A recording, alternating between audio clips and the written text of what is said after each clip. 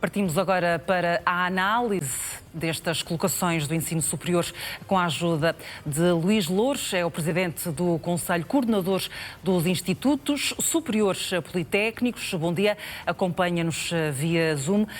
Começamos pelos números, quase 50 mil estudantes colocados este ano. Este é um sinal de maior procura pelo ensino superior ou há outros fatores que explicam este aumento?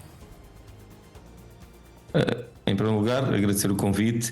Eu acho que há um conjunto de fatores que justificam este crescimento e este número que verificámos este ano. Desde logo, a alteração das condições de acesso e ingresso, ou seja, com base numa proposta que o Conselho Coordenador apresentou à tutela e que foi acolhida, a passagem de duas provas de ingresso obrigatórias para uma prova de ingresso, acabou por garantir que mais alunos reúnem condições para se poder candidatar ao ensino superior. Porque nós temos defendido isso ao longo de muitos anos e continuamos a defender. Achamos que é muito redutor, achamos que os exames são necessários para normalizar as notas, para criar um equilíbrio a nível nacional, mas não achamos que os exames possam ser utilizados como barreiras no acesso ao ensino superior, que é o que acontece atualmente. Nós reduzimos um período letivo e um período académico de formação de estudantes durante estamos a falar de 3 anos, 2 horas mal conseguidas. Isso provoca, nós sabemos, provoca sobre os estudantes uma pressão e uma ansiedade tal que muitos acabam por não ser bem-sucedidos porque acabam por reagir menos bem a essa pressão. E então o que nós temos aqui temos vindo a defender isso. Obviamente, quando passamos de 2 provas de ingresso para uma, houve aqui um efeito de aumentar o número de candidatos. Depois, este número cresce ainda mais e cresce de uma forma quase exponencial, porque, efetivamente, o ano passado houve um conjunto de estudantes que não reuniram condições porque se voltaram a introduzir as 2 provas, que este ano voltam a ter condições para conseguir concorrer e eu acho que, de forma muito positiva, temos dados muito mais, eu vou dizer, agradáveis para os estudantes, mas também importantes para o país, porque o que é um facto é que nós precisamos de qualificar cada vez mais a nossa população e, desta forma, estamos a contribuir para o fazer. E este ano voltámos a ter também cursos com notas de entrada muito elevadas, enquanto outros cursos ficam com vagas por preencher, sobretudo no interior do país. O que é que isto revela exatamente sobre o ensino superior? Que há aqui discrepâncias, sobretudo? Não, eu gosto sempre de olhar para os dados de uma forma macro, mas também de uma forma holística.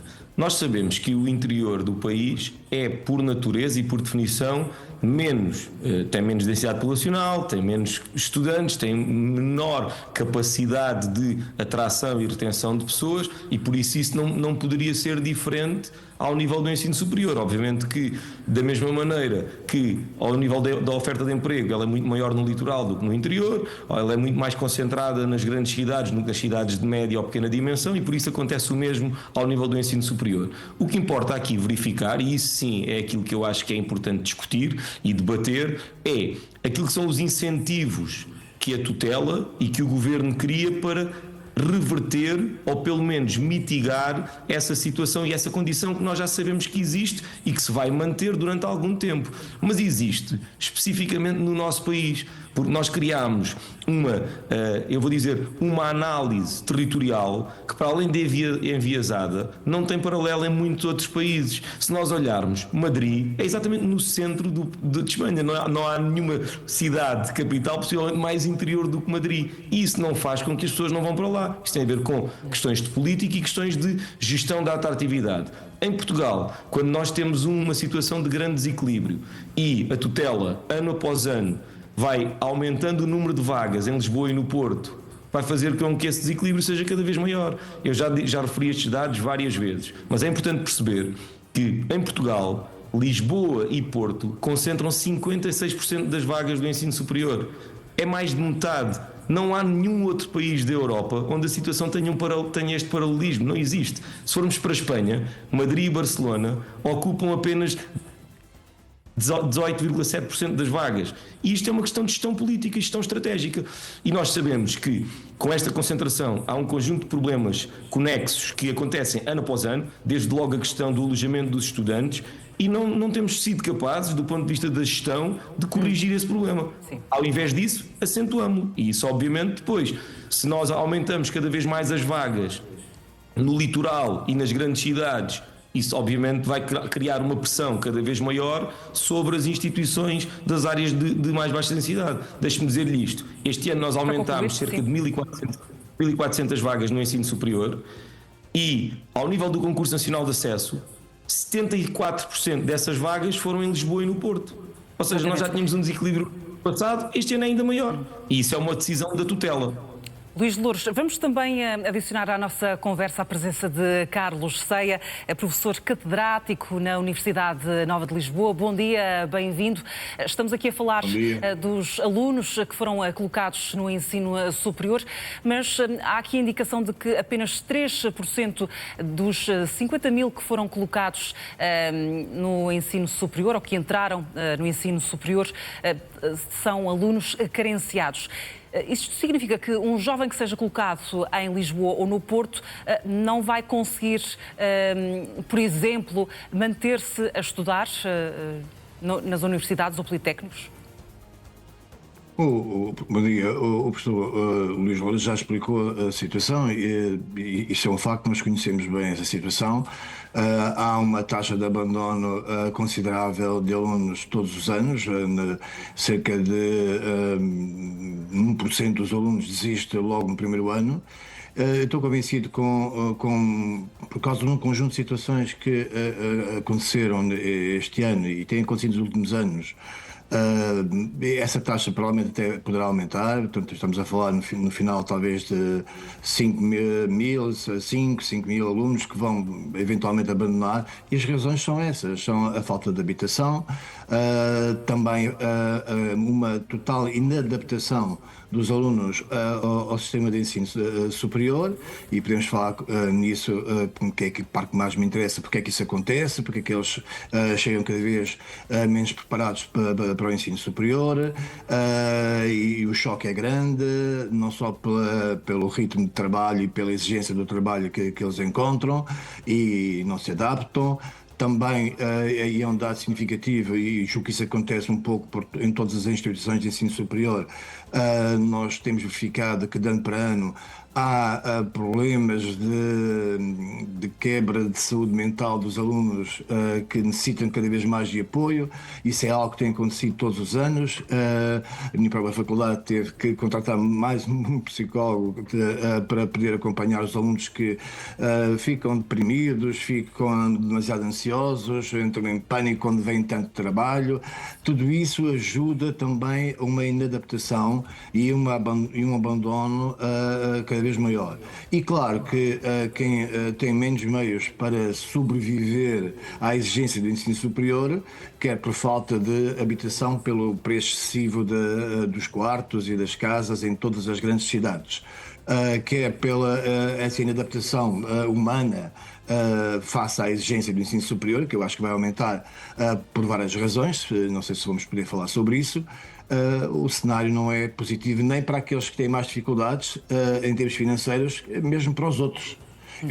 Nós não fazemos diferença quando eles chegam ao ensino superior. Eu nunca sei quem são os mais necessitados e os que não são. Nós não fazemos essa diferença, mas sabemos que, obviamente, que na sala de aula essa diferença não existe, mas sabemos que isso existe, e eu tenho que reconhecer que tem havido algum esforço na melhoria das bolsas de incentivo, bolsas de estudo, residências cada vez em maior número. As universidades têm feito um esforço grande, quer no litoral, que em todo o país têm feito um esforço grande para aumentar o número de residências, mas isso não explica tudo naquela taxa que me preocupa bastante, de 1% dos alunos todos os anos abandonam o ensino superior logo no primeiro ano. Sim. Luís Loures, também gostaria de ouvir neste sentido. O Estado deveria, de facto, entender que para continuar a estudar no ensino superior é preciso condições e, como ouvimos, há aqui quartos, por exemplo, a média de 500 euros de renda mensal, por exemplo, em Lisboa, um pouco mais abaixo no Porto, mas isso de facto torna difícil que as famílias consigam suportar os filhos nas universidades, nos politécnicos, fora de casa, essencialmente. Deveria existir aqui mais investimento, sobretudo nas residências universitárias? Não, assim, obviamente que nós quando olhamos para este processo, isto é um processo complexo. A intervenção anterior mostrou bem qual é a complexidade deste tema. Porquê? Porque integra vários aspectos, desde logo a condição em que os alunos chegam, a relação entre a questão que são as dificuldades que os alunos apresentam do ponto de vista pedagógico e académico, somadas às questões de mobilidade dentro do país, às questões ligadas ao alojamento, ou seja, há um conjunto de fatores que concorrem para esta problemática. O que nós sabemos é que, desde logo, o primeiro fator, e isto é paradigmático, basta olhar para aquilo que é a comunicação social, nós sabemos os resultados há 2 dias e já temos vários canais de notícias a noticiar efetivamente a dificuldade que os alunos estão a ter em encontrar casa, o valor das rendas das casas. Porquê? Porque efetivamente este é um problema que é o primeiro problema com que os estudantes se debatem. Depois a questão da adaptação, obviamente falou-se aqui da questão da saúde mental e as instituições têm respondido de forma, e o Governo também, com programas concretos ligados à questão da saúde mental. Agora, o que nós não podemos escamotear e temos que olhar como um todo, tem que ver com aquelas que são as condições que as instituições conseguem apresentar, aquelas que são as condições que as instituições de ensino superior públicas apresentam aos seus estudantes.